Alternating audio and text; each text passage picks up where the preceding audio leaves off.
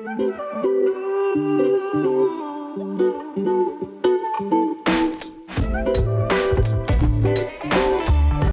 hey, everybody, it's another month in November where we're still talking about men's health and how important it is. This is Principal Anderson at Michelle Clark, and I have three other gentlemen here that's going to introduce themselves, then we'll get into some good talk. Mr. Williams here. This is my second year, Michelle Clark. Been living in the arts community my whole life. Hi, I'm Mr. Lee. I teach everything technology. I am officially Tab, your favorite teacher's favorite teacher. This is my 6th year at Clark. You know, that's my life. I'm your favorite rapper's favorite rapper. You know? I'm Mr. Polo. I teach 9th grade English. I've been here for 5 years. It's been 5 years? Yes. Wow. So thank you guys for joining us. We want to talk about the importance of like men's health and us getting checked out and barriers that keep stopping us from doing it. So let's start with like barriers that why men just don't go to the doctor maybe as we should. I think it's more so of a scare or of an intimidation piece that kind of go into that part when it comes to men and actually going to the doctor. And one of the things when I do ask somebody, it go back to like that syphilis test. You know, back in the days when they kind of like utilized black men as like an experiment thing and was giving them these shots that later on came back to actually harm them more than it did help them. So I think that kind of put a bad taste in men's mouth as far as going to the doctor. And as a man, I think it's a pride thing. Like, I don't want to go get checked up. Ain't nothing wrong with me. I'm perfectly fine. Let me just get through the day. And then that can kind of stretch into a point where something really wrong. And now something that was minor is something major because you didn't go get checked up when you should have went and got checked on. Any other thoughts? I'm going to say that level of invincibility. As a man, we always feel like we'll shake it off. We'll put a little alcohol on it and, you know. Or take an aspirin. Yeah, take an aspirin and we're back. But I noticed as we start to get older that armor kind of peels off and you start to see that we are vulnerable and we're not invincible. So I think a lot of it is just, Mr. Williams really touched on it. It's that pride. It's that we feel like we could get up and go no matter what. And that's what we built to do. So for me, it's like some legit phobias. Mm-hmm. Like blood freaks me out. Oh, yeah. Needles freak me out. Like my oldest brother is like tatted from his neck to his wrist. He's like, why don't you come get a tattoo of me? And I love art, but I will not let the needle come near me. And from a little boy, being taught to be a man, I was taught don't let nobody touch you. Mm-hmm. So I've grown to have this real phobia of like, yo, don't touch me. It bothers me. So like I physically have these phobias of like going to the doctor and letting people touch me and letting them poke in me and stuff like that. So it's just this weird thing of like, I don't need it. I don't want it. And then I go think about this old saying, like, you ain't sick until you go to the doctor. Oh, so that really is something because most of the time we don't think we like I'm good until we go to the doctor. Like, see, they found cholesterol, they found high blood pressure, they found, and I've been functioning, and it's like once you know, then you're like, oh, like I remember when they said I had high blood pressure, then all of a sudden I was like, oh, I'm dizzy, my pressure must be up. But before that, I was like, I'm fine. I was like, I'm dizzy, but let's keep going. But I think it brings an awareness, right? Yeah. For sure. And You that know. alone, can kind of do that. It's like you said, it's like it wasn't there at first. Now all of a sudden I'm starting to see it. It's like when you buy a car. You never seen the car until you buy the car, and all of a sudden you starting to see the car everywhere. Same thing going to the doctor. It's like, man, I was perfectly fine until y'all touched me, and now all of a sudden I'm seeing this and seeing that, and now that you highlighted, okay, now it's there. I think it was a thing, and then even like with the stuff I went through, it was like it was so much like a life change because I'm used to being young and an athlete in high school, an athlete in college, and all of a sudden this thing just hit, and it's like, yo, and it's a totally different like life change, and now I gotta readjust this and readjust that, and like a total different way of life now. And again, that wasn't always the thing, but now dealing with what I'm dealing with, it's like, okay, if you don't make these adjustments, this is the problem you're gonna have. So with those, did it just hit you all at once, or were you already kind of going to the doctor just to make sure? It was one of those things where it was like, again, that man thing, that pride thing, where it's like, is it a problem? No, I'm cool. I don't even want to make it a problem. I only want to go and y'all tell me it's a problem, And now it becomes a real problem because y'all holler, and now I can't ignore it now because y'all didn't mention it, and now it's on my table. Right. So it was little stuff like in college. I had a couple episodes of some situations in college, and it was like, yo, what is this? And then it wasn't there the next day, so it was like, okay, I'm cool. Yeah. And then all through college, it didn't show up again until I was in my master's program. And then I seen it again. It was just like I had a couple issues, and then it was like, all right, maybe this will go away. And then it got to the point where I had to go to the hospital. It was like, okay, no, this is getting out of hand now. Let me go see what's going on. And when I went, they did what they did and was like, okay, this is kind of abnormal, but it is normal. Mm-hmm. So I went with the it's normal. I only Right. want to dwell on the abnormal part or the possibility of it not being abnormal and it being what you might think it is. I'm gonna stay with the this just happens sometimes, or you know what I'm saying, this is just normal sometimes, and then went over with. But me again trying to gravitate towards that side and not more so of what they was leaning towards. I ended up having to go back to see him again. But again, it was one of those things where it's just that fear of the unknown, right? Is what kind of kept me on standby and kept me on my toes. But now it's one of them things where I gotta face the music now. So why do you think?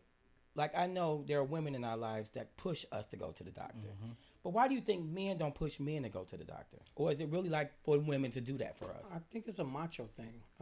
We just have, like I said, an era of invincibility.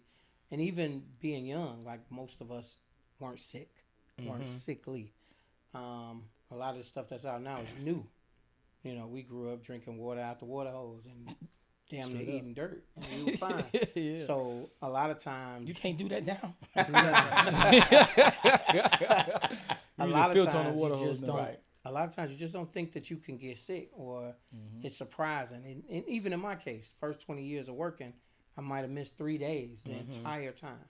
Like when I would leave a job, I had so many damn days that it was unbelievable. And people were like, "Well, you gonna take a day off?" And I'm like, I don't know nothing else but to work. So we get in that mode of providing, working, hustling, and then we forget about taking care of ourselves. Because we take care of so many other people. Yeah, we'll rush our family and kids and stuff to the hospital, but we'll say, well, let me see how I feel tomorrow, or I'm going to leave it to Wednesday. If I'm still okay by Wednesday, I ain't going, or the wrist just might be sore. It ain't broken. And, as you get older, you start to realize that, hey, life is life, and you're going to get hurt, and you're going to get injured, and you're going to get sick, but you have to make peace with going to the doctor. And I know we all fight it for various reasons. And we just got to get better at it. Yeah, because your wife just pushed you to go, didn't she, Paula? Yeah, man. She was actually like feeling my neck, and she felt something in my neck, and she was like, "You need to go get that look." And it's like one of those few times I actually listened to her. Oh, I was like, did you listen? Right, man. Or were you like, if I don't listen, I'll be in trouble and I never hit the end of this? No. I don't listen to no one for nothing. But like as she was bringing it to my attention, I started thinking about my uncle, who he was a musician. He sang his whole life, and when you sing, it's a lot of wear and tear on your throat. Right. He was also addicted to cocaine, which didn't help. But they went and identified throat cancer in him. So when she feeling my neck, I'm thinking about this man, how special he was to me, how he put it off the last minute, how he died. And it's just kind of like, I don't know if it's reading the signs and just going with that. But similar to like what these two gentlemen were saying, like you're just taught to keep going. You just go and you push through, and what don't break you makes you. And, there's no time to waste. And I find myself doing it with my son. And it's not good, I'm like, keep going, get up. So it's a learned behavior then. Yeah, for sure. Yeah, definitely. But we don't do our girls like that. That's I guess. So we just only really do it to our young men. We look at our young ladies as precious, as innocent. We look at our sons as rugged and tough. What's wild for me is I grew up with a single parent mom. So my mother was like my father. She was like, boy, get up. Keep going. Like, what's wrong with you? Like, she would stop for a second and be like, you okay? Like, she showed me that little bit of grace. But once she was like, oh, you ain't dead? Keep going. Keep moving. Yeah. Keep moving. And so, So you find yourself doing that to your son. yeah. It's like a double-edged sword. Like, I see the negatives in it, but I also see the positives. Like, I wouldn't be standing here as me doing what I do, and achieving what I'm achieving if I didn't have that grit. Mm-hmm, Some people just bend over, they lay down and turn over. Yeah. I'm never gonna lay down. You're gonna have to kill me. Well, I know people who go like to the, oh, I had a hangnail. Oh, I woke up and I stubbed my toe. I mean, if I was a doctor, I'd be like, oh, here they come again. Yeah. I see when you Yeah. called me that time I had just had told you I finna have that surgery. I told you I'd be back in like a week or two. You was like, is you Superman or something? But my thing I was playing, I'm like, I can't sit there. I'm Yeah. exactly right on the head, Lee. I can't sit there and just like I got to get up and move around. If not, I'm gonna feel like I'm just laying around dying. You know what I'm saying? And even though I know that's not the case, but that feeling alone make me feel less of a man. And that's the problem right there. So it's like one of them things where I gotta get up, I gotta move to help me keep going. That's my So push. it's all up in our mental too. Yeah. Because Yeah. like for me, I've never ever been in the hospital, like for anything. So when I hear people like in the hospital and stuff, I'm like, I remember saying, oh, what was that like? And I would go visit people in the hospital, but of course I was leaving. So I've never been in the hospital. Everybody's like, oh, you're just so blessed. You just don't know that. And then I'm always like, well, I hope I'm not ignoring the signs that maybe I should be there. So I do go to the doctor, and get checked out and stuff. But I guess for me, when I hear people like when you said I'm gonna be out for a week and I'll be back, I was like, no, you're not rushing that. I mean, how many times have I said that to you, Miss Lee? Like, if you don't stay home, we getting this up. You're like, no, I'm good. I'm like, you're not good. But I get it that you guys are sitting at home, and then what's going through your head, like. All the worst things that could happen. Life. I'm dying. My family not here. Man. My people at work don't know You I'm feel about me? to fall My over. job, man. It's the worst feeling. That's why when that phone ring, what you need? What you got? I'm ready. Yeah. Let me get up. And it's just one of those things. So like Polo said, I was in a one-parent household too, and we were raised to show no vulnerability, no weakness. My mother didn't talk about crying. Shake that what off and get your butt up and get to where you need to go. So we just had that mentality. And then when we had kids, now we have to kind of be the reverse. Like, But we don't know how to be the reverse because we never saw the reverse. well, we could be the reverse with our daughters. Yeah, but I'm saying with our But my fellas, son, he don't yeah. get no leeway. Nah, let's go. How do we fix that? Because don't think then it our needs to be sons would fixed. give sons, and this would just It'll be keep the same going. thing. But it's just that toxic mindset as a man. That whole idea of that's a toxic masculinity mindset of like, yo, I'm a man. I got to keep going. And I don't even like that term toxic masculinity. 'Cause I think it's a necessary. I think that's a necessary evil, so to say, a necessary masculinity that it has to be there. If not, then can we call men men? But we let women go to the hospital. We push that. We'll push our wives. We'll push our girls. We'll push young. Go get checked out. Make sure you're good. But then we won't do it. I mean, it sounds hypocritical to me. Yeah. It is, and we don't know how. It's so weird, man. Because like we do it like on a bias without knowing it. So like when Right. I went to the doctor, I was going to get my blood drawn. So I always tell the nurse when they're taking the blood, I'm like, yo, I'm not going to look at you. I'm going to look this way. Like if I look at it, I'm going to pass out. So when I walk in, Would you really pass out? You don't even know if no, you I passed out. have passed out Oh, before. Lord, I promise okay. you, that's how I know this. So when I walk in, I see this big manly nurse. I'm like, oh man, he about to go to business with me. I'm like, yo, like I'm really nervous. Like I'm not gonna look at you. He's like, guess what he tells me? What? You're gonna be all right. Right? Yeah. Now, if it was a woman That taking it, I nonchalant, promise you, if there was a woman nurse, she'd be like, oh, relax. Just fish your arm. Do this, do that. But he was like, turn your arm. I looked over, and when I tell you this man jammed it in me and just started draining my blood, I was like, oh, it's because this is a man handling Yeah. me. Yeah. And you felt better, or you felt? Nah, I felt, That I was worse. mad. I was like, this Yeah. dude, doing me bogus. Like, what? But like even now, I remember this about you too, Polo. When you had to go to the dentist, you were like, "I'd rather just let my teeth fall out than Yes, go back." 100%. So we are willing as men to go like to just walk without a toe, than to go and let them. We live the caveman My- lifestyle. Yeah, my face literally. Remember, I sent you I a picture. know. My face swelled up shut. It looked like Rocky punched me. But that's because I had this infection in my mouth. But you were willing to not go back and just let it fall out or whatever, because you were like, "I'm not going back." What did I tell you after I sent you that picture? I said, I'm coming to work. Yeah, and I was like, "No, you're not." I promise you. I promise you. I was like, "No, you're not." He's like, "Yeah, I am." I was like, "No." It's the same thing, Lee. Lee's like, "I'll be there tomorrow." I say, "No, you won't." And so with y'all, I have to like get subs and be like, do not let them. And I tell people, if you see so and so, do not let, because they might try to sneak by me, because I know y'all. Yeah. They might try to sneak by me. Do not let them in this door. So I have people on the, It's just hard. I think for men, we really search for purpose, and that's to provide, to work, to get up, to do. We can't be stable. Like, we got to keep moving. So I think when it comes to health, it's like, shit, if I, excuse my language, if I could get up and if I could move around, I'm This going is to a work. PG, I'm going to, podcast. apologies.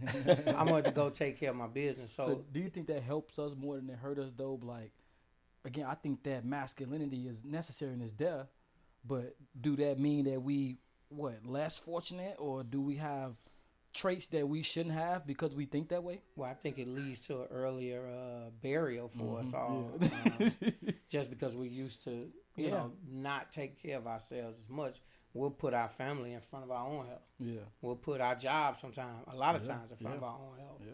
So I think that's just really the consequence of those traditional curses that we live with. And I'll say this: it's like we take something that is bad and we'll turn it into something good. So I think about like in the 70s when, you know, black men had developed the pimp walk, right? It really wasn't because we were pimping. It was because somebody had something wrong with one of their feet, one of their foot, and they had to walk that way. And everybody was like, oh, that's cool. Let's all walk that way, you know, and then we all became, you know, that's how I pimp. And so sometimes we take stuff and then instead of saying, let me get this checked out or let me fix it, we just improvise. So I don't use my left arm as much as I use my right arm. And we just... You work through it. you work, and that's not right. No, I agree with you. Like, I think everybody in here got some kind of wound right now.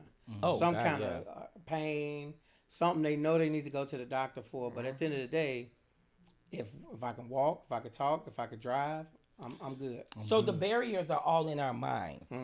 Because I talked to another group and they said the barriers are that we can't get to them, that it's difficult to get to with urgent care and everything. It's just difficult to get to, you know, with work and the hours and all that. That is but so true, talking man. to y'all, it's like the barriers are really just in our mind. It's mental. It's mental. My back was hurting last week, and I said I'm gonna take some Tylenol, lay down. The next day it was hurting. I had to limp into urgent care. And it was just a long walk of shame, it felt like. Because I know what's going to happen. Yeah. They're going to prescribe you some medicine. They're going to say, you ain't going to work. You know, so it's just like all these thoughts going in your head. My wife got to bring the garbage cans in. I don't know what I'm going to do. So it's just all kind of things. I can't go get my grandson because I can't pick him up. So it's just all kind of things. And once you get in there, And we never want to seem weak. Yeah. And I think it really plays a part when you talk about like this particular group of like men who has a job where we get days where we can take off. We can take a leave of absence. But the fact that we know that and still don't do it goes to show it's really up here. And it's really some masculinity. I'm not doing this. I'm not taking off. Ain't no leave of absence. I'm really finna fight through this. I don't want nobody to think I'm weak. Yeah. Seriously. What were you going to say, Paulo? No, there's truth to that. There's a lot of truth to that. I just need us to figure out how to start changing that. Like in one of the episodes we talked, one of the people that was on the panel said like it got to the point that he was like hadn't slept for days and he was in all this pain, and when he got to the hospital he was already at stage 4, and I was like, what happened to 1, 2, and 3? He was like, I guess I missed them. He was able to keep moving, so he didn't notice it. And it is what it is. But that's exactly what happened. Like, that's exactly what happened. Like, to a certain extent, it was like what I was doing. I was fighting through it, and at times I'm literally limping in the work. Like, I was at the jail. It was times where I had to leave early because like I had to. You go. worked at the jail, so people don't think you were in the jail. Yeah, right. I'm teaching at the jail. Just want you guys to know he worked at the jail. Okay, so go on. When you were working at the jail. Yeah, seriously. It was a time where I had to leave early because like the womb had like ruptured. And I had to like go get a change of clothes. My clothes had got like, it was over with. And that point it was like, man, you really like fighting to get to work like this, and you don't need to be at work. Like, you need to be somewhere taking care of yourself, taking care of your body, but you so stuck on being a man and making something ain't no wrong with you, but something really wrong with you. You trying to put this mask on, this facade around everybody else, but in the inside you really messed up. When you leave and get in your car, man, you be almost in tears. But you don't wear that on your sleeve for what? You know, for whatever reason why. And it got to the point where it was like I almost couldn't answer them questions. Where it was like, okay, I know what it is. It's a pride. It's a man thing. Like, and sadly, that can run you to an early grave. Like, it's unfortunate, Pride but to be again, the death of you, man. yeah, seriously. But I think it's the necessary evil that's there. And if it wasn't for me having that grit and that grind, I wouldn't be where I'm at. I wouldn't be where I'm at. Yeah. And I wouldn't trade it for nothing. Like, seriously, I wouldn't restart and press a button for nothing to restart it. But like, see, that also goes to show you the type of world we live in. Yeah. Where we feel like we need to be that way in order to be successful. Yeah. Like, if I'm not tough, if I'm not strong, if I don't keep going, like, I'm not going to be successful. Yeah. And Well, when people you're- won't see how great I am. Right. Yeah. When you're boys, it's like you're almost like programmed. You know, Yeah. I remember the first time I started playing sports and getting into it with other boys. You know what I'm saying? Like, I was taught, hey, be tough. Yeah. Hey, that person's coming to argue with you. Punch them first. They're gonna punch you first. Make sure you hurt them first. You know, like, so like as a boy, you're programmed with all these crazy things, and as you grow up, like, you see how they benefit you, and then you see how they start hurting you as well. So like, how do you break this 38-year-old habit? Right. Right. It's that invisible pressure. It's almost like we put it on ourselves. A lot of Exactly. time. And when you're a child, it's called competition. When you're an adult, it's called that invisible pressure in my book, because now you have to have that pressure. And I can't speak for anybody here, but I know me.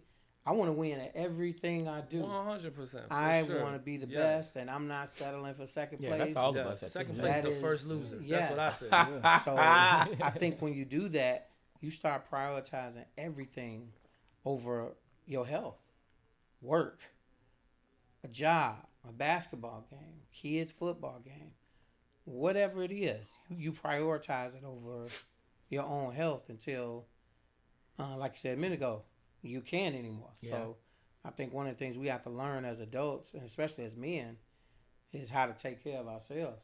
We don't know how to take care of ourselves. Let's be honest. Yeah, We know how to survive Mm. because that was, implanted in us at an early age. But we really don't know how to take care of ourselves, and That's deep, man. that's why the women play such a valuable role in it, because a woman will humble you and make you go to that doctor quicker than you'll make yourself go. But it's hard. Like, how do you get past that when it's embedded in who you are as a person? How do you move past that? It's almost impossible. I'm gonna tell you. And that goes into relationships. You this way mentally, and now you don't even know how to be vulnerable to somebody, Yeah. to your wife or to your spouse, because you so tough and you so hardcore. You don't want to, and it can be. My a wife totally told me different the other day. time. She said I talk to her like she's a man, because I do. I'm Yeah. like, what the hell's wrong with you? Right. Fix this. What Right. do you mean? Like, I get crazy. Yeah. You know what I'm saying? But it's hard for me to step out of that role, because like I literally speak Right. to everybody that They're way. the same way, yeah. You know, I'm like really cutthroat Yeah. with my words Yeah. and with my thoughts and my opinions. And she's like, yo, I'm your wife. Like, you should be talking to Like, me dial that different." back. Yeah. And go to the Yeah. doctor. Yeah. So It's deep, and again, we got it from our parents, who got it from their parents, and it just goes on. Yeah. I remember I was in high school and I got shot, and my mama got me stitched up, got casted up, shot? and sent me With a back. gun? Yes, and Okay. sent me to school With a the gun. next day. Like, So you got grazed. well, it went in and went out. Oh, yeah, okay. That wasn't Ooh, bad. wee. No, it was bad. there you go with that Right, man there you stuff. go. You were But tough. You were that- good. Now you sounded like You were good. Oh, it's not that bad. Doctor, you put some Right, he stitches was in good. it. Yeah, he did them on his All right, work. all right. You up He for staying school? at this house. Yeah, no, you gotta go to school. I'm like, but it's just that mentality. Like I say, our parents really taught us early on that we don't show no weakness and no fear, and that's a curse as you get older, because Because you you got I get this this stigma. body don't last long. and it's hard to let people in, especially like medical people. Yeah. What are you doing here? Especially hold when on. medical things kind of keep going. So as we wrap up, I wanted to like go around and just maybe have us give like a couple words to any man that is listening. Like, what would you say, like, if we had a room full of guys here and, we've been talking about getting your health check. Let's start with you, Polo. Man, my advice would say it's okay to love other men. And that was really hard for me growing up. I never showed no affection to my brothers. We love each other so much, but we didn't show no affection. When my son was born, while my wife was pregnant, I had this crazy thing, like, I'm not going to kiss my son. And my brothers and my family thought I was insane. but I promise you, I kiss them more than my wife now. Mm-hmm. So it's okay to love other men. And of course, we got caught by the bell. But go ahead, Lee. I would say, for any man out there, it's okay to lose when it comes to your health. Sometimes you got to lose to win. And sometimes you have to lose to win. That's it's okay to Fantasia. be weak Yeah. because it's gonna help you last a lot longer. And pride don't get you nothing but an early grave. All right, Mr. J. Williams. They hit it on the head, and I could just piggyback off them saying the same thing. Just take care of yourself, brother. Take care of yourself, man. Life not as long as we might think it is. I can think about when you was talking in the office earlier, and you was like, man, I'm 50-some years old. Most of my life is gone. When I can look forward to I'm not gonna live another 50 years, so I live most of my life at 50. So what I got ahead of me is kind of like going downhill. I didn't say I was 50. I used that as an me out. example. I got you, boss man. Now y'all scaring me, man. Well, but think about it real quick. That was one of the things I was saying. Like, if you, Marlon Wayne has basically said it, that he was 52, and he said if he even lived another 20 years, that would get him at 72. He said, so I've lived more of my life already. And so everything now is just gravy. He said, and I can't let that gravy be tarnished or messed up because somebody don't like me, or because I'm trying to figure something out, or because I'm not taking care of myself. He said, because those are the latter parts of my life. If I'm 50, I'm not going to live another 50. So I've already, so I would say in saying that, since you brought it up, is make sure you're getting checked out so that even if you don't live another 50, you're at least able to live the 20 or the 30 or the 40 more healthy, so that you can be around for your legacy. So this is Principal Anderson signing off, saying thank you so much for listening to our podcast.